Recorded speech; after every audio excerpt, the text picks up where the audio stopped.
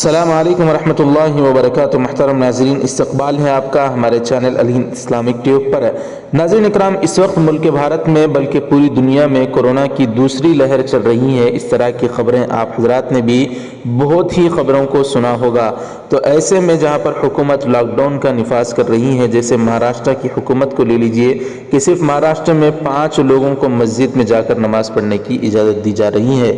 تو ایسے موقع پر جمعہ کی نماز ہم مسجد میں ادا کریں یا گھر میں ادا کریں، اس کے متعلق دارالعلوم دیوبند کا ایک تازہ ترین فتویٰ آیا ہے۔ جی ہاں ناظرین، دارالعلوم دیوبند نے کیا کہا ہے وہ پوری خبر تفصیل سے ہم آپ حضرات کی خدمت میں رکھ رہے ہیں، لہذا اس کو بغور سماعت فرمائیں۔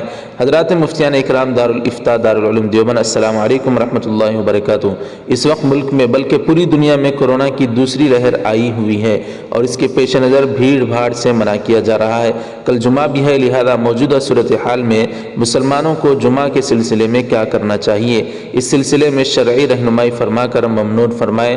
قائم مقام محتمم دارالعلوم دیوبند نے اس طرح کا سوال دارالافتاء سے پوچھا ہے، تو اس کے جواب میں دارالافتاء نے جو جواب دیا، بسم اللہ الرحمن الرحیم، الجواب وباللہ التوفیق۔ ملک کی موجودہ صورتحال میں جمعہ کے سلسلے میں مسلمانوں کو مقامی انتظامیہ کی ہدایات کا لحاظ رکھنا چاہیے، اور اگر کسی جگہ کچھ لوگ مسجد میں جمعہ کی نماز نہ ادا کر سکیں تو مسجد کے علاوہ کسی دوسری مناسب جگہ جیسے ہال یا بیٹھک وغیرہ میں شرائط جمعہ کی رعایت کے ساتھ جمعہ ادا کریں، یعنی امام کے علاوہ کم از کم 3 بالغ مرد مقتدی ہوں اور کسی نمازی کو قانونی پابندی کے علاوہ کسی اور وجہ سے جمعہ میں شرکت سے منع نہ کیا جائے، اور اگر خدا نخواستہ کسی شخص یا کچھ لوگوں کے لیے جمعہ کی کوئی صورت نہ بن سکے تو وہ ظہر کی نماز تنہا ادا کریں، جماعت نہ کریں فقط، واللہ عالم۔ اس طرح کا جواب دارالعلوم دیوبند نے دیا ہے کہ اگر مناسب ہو تو کچھ لوگ مل کر جمعہ کی نماز مسجد میں ادا کر سکتے ہوں تو بالکل جمعہ کی نماز مسجد ہی میں ادا کریں،